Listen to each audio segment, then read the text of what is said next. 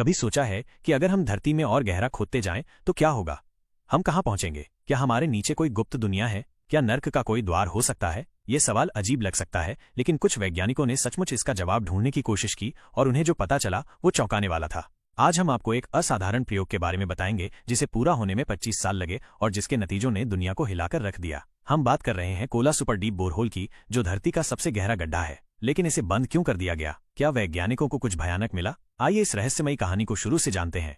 ये कहानी 1960 के दशक में संयुक्त राज्य अमेरिका और सोवियत संघ के बीच शीत युद्ध के दौरान शुरू होती है। दोनों देश न सिर्फ हथियारों और अंतरिक्ष खोज में प्रतिस्पर्धा कर रहे थे, वे धरती की गहराई में ड्रिल करने की भी होड़ में थे। अमेरिका ने प्रोजेक्ट मोहोल नाम की एक परियोजना के साथ सबसे पहले पहल की। उनका लक्ष्य समुद्र के तल से धरती की परत को छेद कर मेंटल तक पहुंचना था। हालांकि 1966 तक परियोजना विफल हो गई क्योंकि वे धन की कमी के कारण 183 मीटर की गहराई तक ही पहुंच सके। 1970 में सोवियत संघ ने कोला परियोजना शुरू की। उन्होंने जमीन से ड्रिल करने का फैसला किया और रूस और नॉर्वे की सीमा के पास कोला प्रायद्वीप पर अपना काम शुरू किया। उनका मिशन सबसे गहरा गड्ढा बनाना और पृथ्वी के मेंटल तक पहुंचना था। सोवियत वैज्ञानिकों ने 24 मई 1970 को ड्रिलिंग शुरू की। विशेष ड्रिलिंग तकनीकों का उपयोग करके वे 12.2 किलोमीटर की गहराई तक पहुंचने में कामयाब रहे। जब वैज्ञानिक 12 किलोमीटर पर पहुंचे तो तापमान 180 डिग्री सेल्सियस था, जो अपेक्षित 100 डिग्री सेल्सियस से कहीं अधिक था। अत्यधिक गर्मी के कारण ड्रिलिंग उपकरण पिघलने लगे, जिससे आगे खुदाई लगभग असंभव हो गई।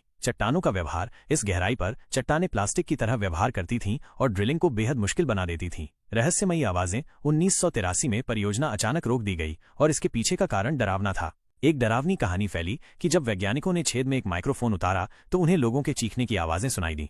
कुछ रिपोर्ट्स के अनुसार एक अमेरिकी अखबार ने दावा किया कि सोवियत वैज्ञानिकों ने बोरहोल को नर्क का द्वार कहा क्योंकि उन्होंने धरती के भीतर से भयानक आवाजें सुनी। अफवाह फैल गई कि उन्होंने गलती से नर्क का एक पोर्टल खोल दिया है और कोई अज्ञात शक्ति मुक्त हो गई है।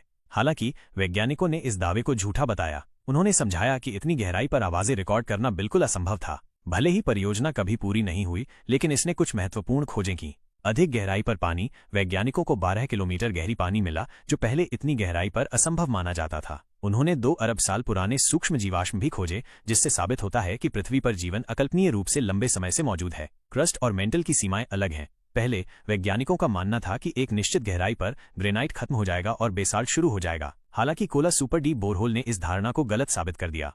लेकिन सवाल यह है कि परियोजना को क्यों छोड़ा गया? 1994 में ड्रिलिंग आधिकारिक तौर पर बंद कर दी गई और 2005 तक साइट पूरी तरह से छोड़ दी गई। 2 मुख्य कारण थे।